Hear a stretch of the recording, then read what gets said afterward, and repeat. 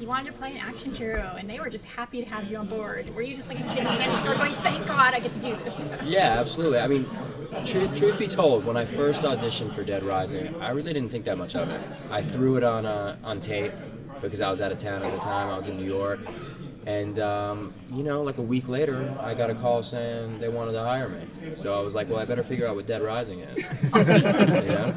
Which I did. I logged in a lot of hours. I watched a ton of gameplay. I played every installment of the game, all 4 installments. I mostly focused on Dead Rising 2 off the record because that's the game that our producers really, drew most of the source material from, and was also their favorite game. I just kind of like immersed myself in that world and got crazy addicted to it. It's just like, it's such a fun game, and with such a simple through line.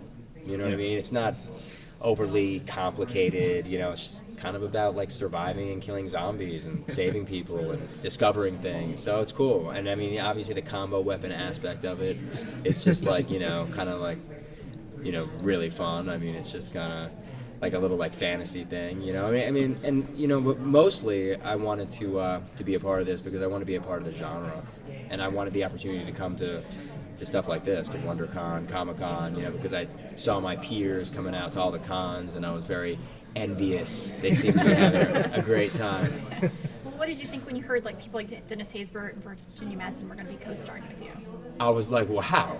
That's awesome. Yeah, I mean, to get that caliber of actor, I mean, it goes to show you, one, the popularity of the genre, that it's attracting such, successful and seasoned actors, and two, they were probably just like me. They wanted to come to the cons as well.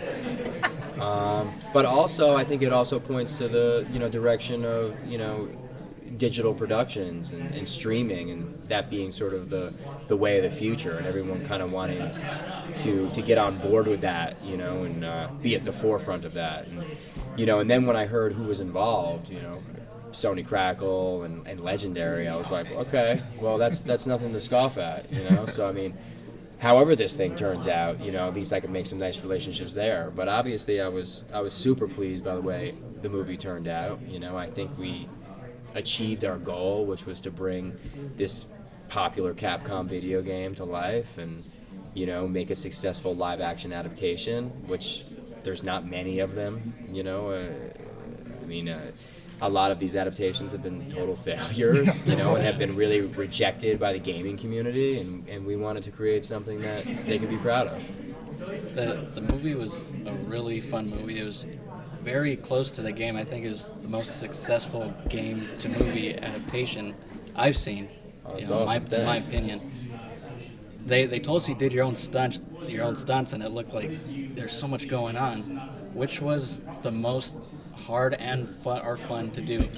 Okay, well, I mean, kind of my usual answer to this, because it was the most fun, was the oneer.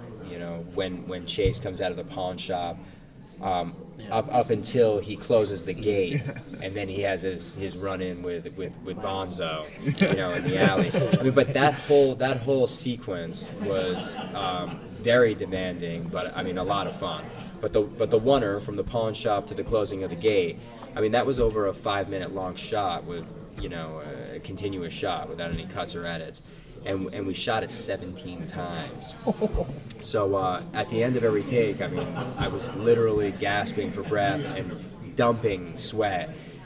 And I mean, from an actor's perspective, I mean, there's nothing that brings you into a world more, or at least for me, maybe that's just for me. I'm a very physical actor, so when I have to do something super physical like that, I'm not acting. It just kind of brings me right into that world, because you can't act. You have too much to do. You're too busy doing something, to like start vamping for the camera. And I mean, everything that went into that, from the props and the special effects, rigging, and the choreography, I just thought it was, and the camera work, I just thought it was amazing the way it turned out. I mean, it was really awesome. Now the scene where I was tied to the forklift, I thought that really came out well in the movie, and I really liked, you know, my performance in it, you know, the desperation and stuff like that. I thought it was a lot of fun. But yeah, man, I mean, I put my body on the line for this movie. I mean, there's no doubt about it. I mean, that forklift scene, I mean, the rope burns I had around my wrists after that scene was over were gnarly. And then even when the forklift blew up, we had our stunt guy doing that final leap off the forklift onto the asphalt, and I was like sitting behind the monitors, and I was like, that doesn't look good. and I walked out there, and I was like, hey man, you know, I appreciate the effort, but I'm gonna take it from here. You know, and I mean, and I did that fall, you know, which was like, you know, hey, I mean, a 6-foot fall onto the asphalt. You know, I'm sure you got elbow pads and knee pads on, but it still hurts. You know, so.